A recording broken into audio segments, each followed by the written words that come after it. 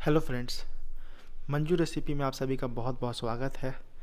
आज हम रेफ्रिजरेटर में एक ऐसी समस्या के बारे में बताने वाले हैं जो आए दिन मैक्सिमम लोगों को उसका सामना करना पड़ता है।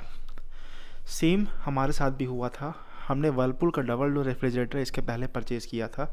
ये हमारी नई रेफ्रिजरेटर है हायर की साइड बाय साइड, बट ये प्रॉब्लम डबल डोर वाले को भी होती है और साइड बाय साइड वाले को भी होती है। तो अगर जो डबल डोर फ्रिज भी लेने का सोच रहे हैं तो वो भी इस वीडियो में बने रहे कि क्या प्रॉब्लम आती है, और साइड बाय साइड वाले में भी ये प्रॉब्लम होती है। और बहुत कम समय में हमें वर्लपूल वाले डबल डोर रेफ्रिजरेटर को एक्सचेंज करना पड़ा था। हमने जब परचेज़ किया था वर्लपूल वाले, तो हमें कहा गया था कि जो आपका डबल डोर है उसमें कन्वर्टिबल मोड आती है। मैं सभी को नहीं ब्लेम कर रहा हूँ, बट उस समय सेल्स पर्सन ने बताया था। और जैसा आप देख पाएंगे कि मैक्सिमम जो रेफ्रिजरेटर होती है ना, उसमें कहीं मेंशन नहीं होता है कि ये मॉडल कन्वर्टिबल है या नहीं। कई मॉडल में ये प्रॉब्लम होती है, तो उससे कई बार कस्टमर भी कंफ्यूज हो जाते हैं कि कन्वर्टिबल हमारे रेफ्रिजरेटर में है या नहीं है।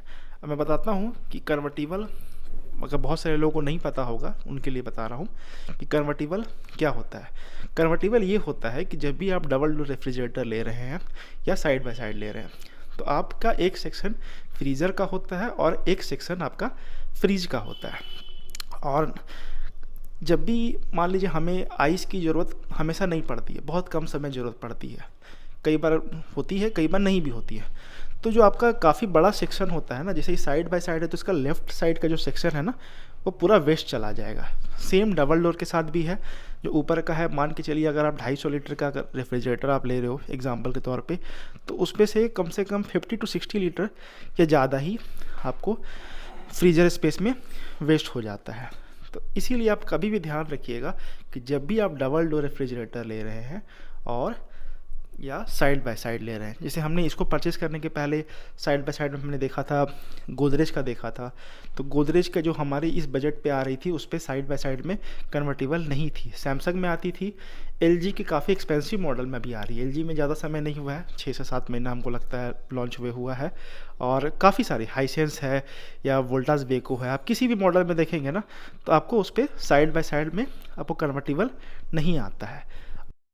जैसा कि आप देख पाएंगे कि हमने फ्रीज़र को 1 डिग्री पे सेट करके रखा हुआ है और रेफ्रिजरेटर के जो सेक्शन है, फ्रिज की जो सेक्शन है, इसको 6 डिग्री पे रखा हुआ है।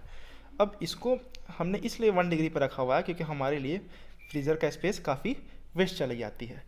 तो ये जो फ्रीज़र का जो सेक्शन है ना, आप देखिए मैं इसका टेम्परेचर बदलता हूँ, ये 0 डिग्री पे आ गई। और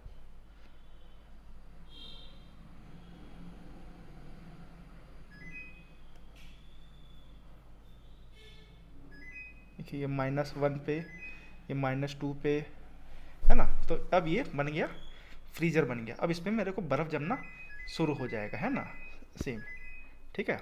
और एक्चुअली मैं वीडियो बना रहा हूँ तो मुझे थोड़ा मतलब मैं कैमरा की तरफ देख रहा हूँ तो मुझे थोड़ा जहाँ पे टच करना है वहाँ नहीं कर पा रहा हूँ। और देखिए अब मैं उसको वापस से फ्रिज में बना लूँगा क्योंकि ये मेरे लिए ज़रूरत का नहीं है। जब कभी ज़रूरत पड़ा कभी तो मैं 1 घंटे 2 घंटे में तो बर्फ़ जम जाती है अच्छी से, है ना। अब देखिए ये मैं वापस से फ्रीज़र को मैंने